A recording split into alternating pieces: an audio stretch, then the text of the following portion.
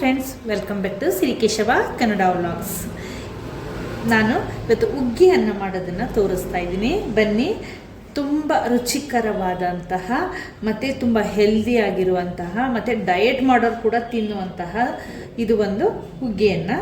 ಇದನ್ನು ಇವಾಗ ನಿಮಗೆ ಹೇಗೆ ಮಾಡೋದು ಅಂತ ತೋರಿಸ್ತಾ ಇದ್ದೀನಿ. ಇವಾಗ ಅವರೆಕಾಳು ಟೈಮ್ ಬೇರೆ ಇದೆ ಅಲ್ವಾ, ಅದರಿಂದ ಅವರೆಕಾಳು ಮತ್ತು ಸಬ್ಸಿಗೆ ಸೊಪ್ಪನ್ನು ಉಪಯೋಗಿಸಿ ಮಾಡೋವಂಥದ್ದು. ಅದಕ್ಕೆ ನಾನು ಹೇಳಿದ್ದು ಸಬ್ಸಿಗೆ ಸೊಪ್ಪು ಮತ್ತು ಅವರೆಕಾಳು ಡಯಟ್ ಮಾಡೋರಿಗೂ ಕೂಡ ಒಳ್ಳೆಯದು. ಹಾಗೆ ಇದ್ರೆ ಇದಕ್ಕೇನೇನು ಬೇಕು ಅಂತ ನಾನು ಇವಾಗ ಹೇಳ್ತೀನಿ ನೋಡಿ. ಇಷ್ಟೇ, ತುಂಬ ಸಿಂಪಲ್ಲಾಗಿ ಬೇಗನೆ ಮಾಡ್ಕೋಬೋದು. ಆಮೇಲೆ ಇದಕ್ಕೇನು ಒಗ್ಗರಣೆ ಹಾಕಬೇಕು ಅದು ಏನೂ ಇಲ್ಲ. ನಾನು ಹೇಗೆ ಮಾಡ್ತೀನಿ ಹಾಗೆ ಸಿಂಪಲ್ಲಾಗಿ ನೋಡ್ಕೊಂಡು ಮಾಡಿ, ಅಥವಾ ನೀವು ಮಾಡೋರಿದ್ರೆ ನಾವು ಮಾಡ್ತೀವಿ ಇದನ್ನು ಅಂತ ಕಮೆಂಟಲ್ಲಿ ನನಗೆ ಹೇಳಿ. ನೋಡಿ, ಹುಗ್ಗಿ ಅನ್ನಕ್ಕೆ ಬೇಕಾಗಿರುವಂತಹದ್ದು ಧನಿಯಾ ಅಂದರೆ 2 ಪಾವ್ಗೆ ನೀವು 3 ಟೀ ಸ್ಪೂನಷ್ಟು 2 ಪಾವ್ ಅಕ್ಕಿ ತೊಗೊಂಡ್ರೆ ಅದಕ್ಕೆ 3 ಟೀ ಸ್ಪೂನಷ್ಟು ಧನಿಯಾ ಮೆಜರ್ಮೆಂಟ್ ಕರೆಕ್ಟಾಗಿದ್ದರೆ ಅಷ್ಟಿದ್ರೆ ಟೇಸ್ಟ್ ಚೆನ್ನಾಗಿ ಬರುತ್ತೆ ಅಂತ 3 ಸ್ಪೂನು ಜೀರಿಗೆ ತೊಗೊಂಡಿದ್ದೀನಿ. ಮತ್ತು ಒಂದು 5ರಿಂದ 6 ಹಸಿಮೆಣ್ಸಿನ್ಕಾಯಿ ತೊಗೊಂಡಿದ್ದೀನಿ, ಸ್ವಲ್ಪ ಕೊತ್ತಂಬರಿ, ಒಂದು ದಪ್ಪದ ಈರುಳ್ಳಿ ತೊಗೊಂಡಿದ್ದೀನಿ, ಮತ್ತು ಬೆಳ್ಳುಳ್ಳಿ, ಶುಂಠಿ, ಇಷ್ಟನ್ನು ನಾನು ತೊಗೊಂಡಿದ್ದೀನಿ. ಇದಕ್ಕೆ ಸ್ವಲ್ಪ ಅರಿಶಿನ ಹಾಕೋತೀನಿ. ಇಷ್ಟನ್ನು ಕೂಡ ನಾನು ಇವಾಗ ಮಿಕ್ಸಿ ಮಾಡ್ಕೋತೀನಿ. ಇವಾಗ ಇಷ್ಟನ್ನು ಕೂಡ ನಾನು ಜಾರ್ಗೆ ಹಾಕ್ಕೊಂಡು ಫುಲ್ ನೈಸ್ಗೆ ಮಾಡ್ಕೋಬೇಕು. ತುಂಬ ಏನು ನೈಸ್ಗಿರಬೇಕು ಅಂತಲ್ಲ, ಮಾಮೂಲಿ ಮಾಡಿಕೊಂಡ್ರೆ ಸಾಕು. ನೀವು ಹಸಿಮೆಣ್ಸಿಕಾಯಿ ಬದಲು ಒಣಮೆಣ್ಸಿಕಾಯಿ ಕೂಡ ಉಪಯೋಗಿಸ್ಬೋದು, ಅದು ಕೂಡ ಚೆನ್ನಾಗಿರುತ್ತೆ. ನಾನಿಲ್ಲಿ ಹಸಿಮೆಣ್ಸಿಕಾಯಿ ತೊಗೊಂಡಿದ್ದೀನಿ. ನೀವು ಒಣಮೆಣ್ಸಿನ್ಕಾಯಿ ಹಾಕ್ಕೊಂಡ್ರು ಅದು ಕೂಡ ಟೇಸ್ಟ್ ಚೆನ್ನಾಗಿ ಬರುತ್ತೆ. ಎಲ್ಲ ಇವಾಗ ಮಿಕ್ಸಿಗೆ ಹಾಕ್ಕೊಂಡು ಇದನ್ನು ರುಬ್ಕೊಂಡ್ಬಿಡೋಣ. ತುಂಬ ಕಡಿಮೆ ಮನೇಲಿ ಇರೋವಂಥದ್ರಲ್ಲೇ ಬೇಗ ಮಾಡ್ಕೋಬೋದು. ಇದು ಮಾತ್ರ ಧನಿಯಾ ಜೀರಿಗೆ ನೀವು ನೋಡಿ ಹಾಕ್ಕೊಳ್ಳಿ, ಏಕೆಂದರೆ 2 ಪಾವ್ ಅಕ್ಕಿಗೆ 3 ಟೀ ಸ್ಪೂನಷ್ಟು ಧನಿಯಾ, 3 ಟೀ ಸ್ಪೂನಷ್ಟು ಜೀರಿಗೆ ಹಾಕ್ಕೊಂಡ್ರೆ ಕರೆಕ್ಟಾಗಿ ಬರುತ್ತೆ ಅಂತ ಅಷ್ಟೇ. ಇದಕ್ಕೆ ಸ್ವಲ್ಪ ಇವಾಗ ಅರಿಶಿನ ಹಾಕೋತೀನಿ. ಸ್ವಲ್ಪ ಅರಿಶಿನ, ಒಂದು ಅರ್ಧ ಟೀ ಸ್ಪೂನ್ ಅರಿಶಿನ ಹಾಕೋತೀನಿ. ಇಷ್ಟೇ. ಇವಾಗ ಇದನ್ನು ನಾನು ರುಬ್ಕೋತೀನಿ. ನೋಡಿ, ಇವಾಗ ರುಬ್ಬಿ ರೆಡಿಯಾಗಿದೆ. ಇವಾಗ ಕುಕ್ಕರ್ನ ನಾನು ಇಟ್ಟಿದ್ದೀನಿ. ಇದಕ್ಕೆ ನಾವು ಯಾವುದೇ ರೀತಿಯಾದ ಒಗ್ಗರಣೆಯನ್ನು ಹಾಕೊಳ್ಳೋದು ಬೇಡ. ನಾವೇನು ಇವಾಗ ತೋರಿಸಿದ್ದೆ ಅದನ್ನು ಕುಕ್ಕರ್ಗೆ ಹಾಗೆ ಡೈರೆಕ್ಟಾಗಿ ಹಾಕೋದು ಸಾಕು.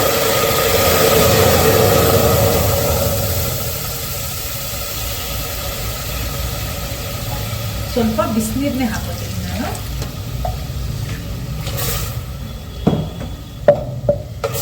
ಈ ಥರ ಡೈರೆಕ್ಟಾಗಿ ಕುಕ್ಕರ್ಗೆ ಹಾಕೋಬೋದು. ಅದನ್ನ ನೀವು ಒಗ್ಗರಣೆ ಹಾಕಬೇಕು ಅದೇನಿಲ್ಲ.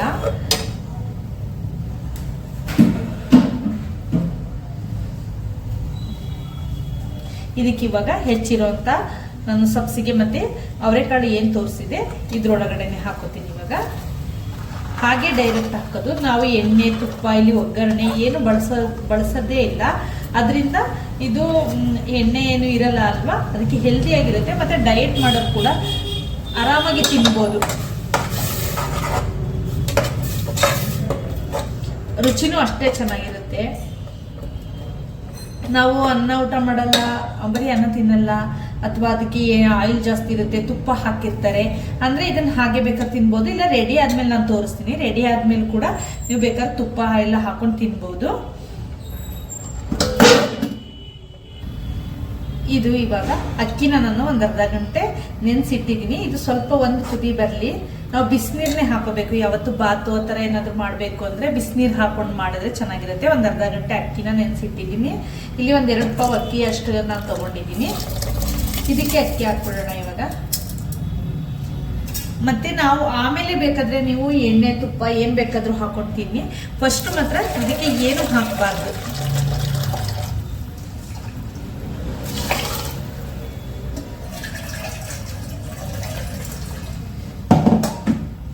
ನಾವು ಎಷ್ಟು ಅಕ್ಕಿ ತಗೊಂಡಿದ್ದೋ ಅದ್ರ 2ರಷ್ಟು ನೀರು ಹಾಕಿದ್ರೆ ಸಾಕು. ಯಾಕೆ ಅಂದರೆ ಅದು ರುಬ್ಬಿರೋದಿಲ್ಲ, ನೀರಿರುತ್ತೆ ಅಲ್ವಾ, ಅದರಿಂದ ಅದು 2 ಹಾಕಿದ್ರೆ 2 ಪಾವ್ ಅಕ್ಕಿಗೆ ನಾವು ಎಷ್ಟು ನೆನೆ ಇಟ್ಟಿರ್ತೀವಿ ಅದ್ರದ್ದು 2 ಹಾಕಿದ್ರೆ ಸಾಕು ನೀರು. ನೋಡಿ, ಇದು ಬಿಸಿ ನೀರನ್ನೇ ಹಾಕೊಂಡಿದ್ದೀನಿ. ಇವಾಗ ರುಚಿಗೆ ಎಷ್ಟು ಬೇಕೋ ಅಷ್ಟು ಉಪ್ಪು ಹಾಕೊಂಡ್ಬಿಡ್ತೀನಿ.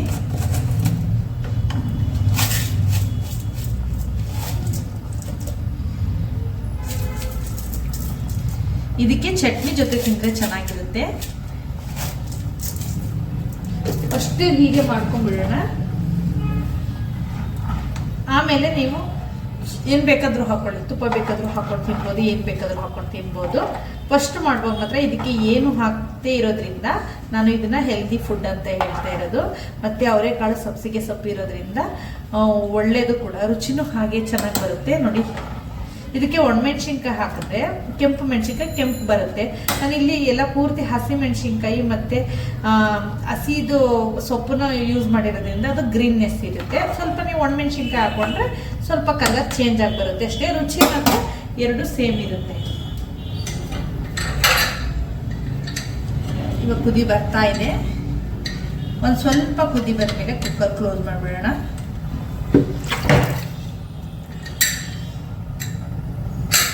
ಇದಕ್ಕೆ ನೀವು ಏನು ಹಾಕೊಂಡು ತಿನ್ಬೇಕಂದ್ರೆ ಚಟ್ನಿ ತುಂಬ ಚೆನ್ನಾಗಿರುತ್ತೆ. ಚಟ್ನಿ ಇದ್ರ ಜೊತೆ ಹಾಕೊಂಡು ತಿಂದರೆ. ಇವಾಗ ಈ ಥರ ಕುದಿ ಬರುವಾಗ ನಾನು ಕುಕ್ಕರ್ನ ಕ್ಲೋಸ್ ಮಾಡ್ತೀನಿ.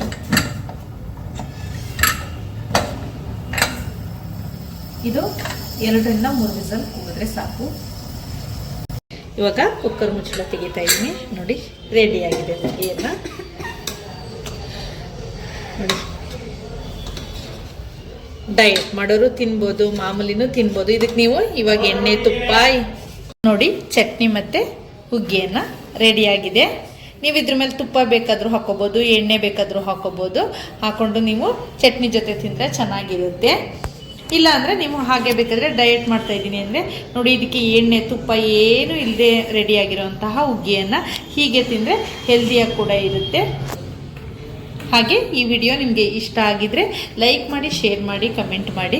ಹಾಗೆ ಆದಷ್ಟು ಯಾರ್ಯಾರು ಹಾಗೆ ವಿಡಿಯೋ ನೋಡ್ತಾ ಇದ್ದೀರೋ ಅವರು ಸಬ್ಸ್ಕ್ರೈಬ್ ಮಾಡ್ಕೊಂಡು ನೋಡಿ. Thank you.